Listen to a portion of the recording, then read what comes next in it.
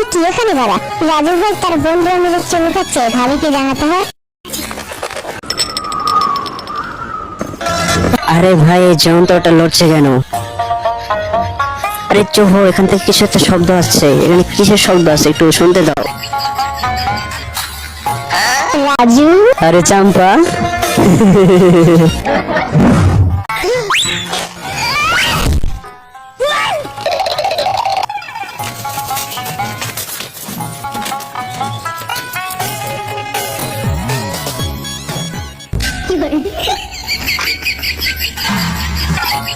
এই চাম্পা, তুমি কি খুঁজো?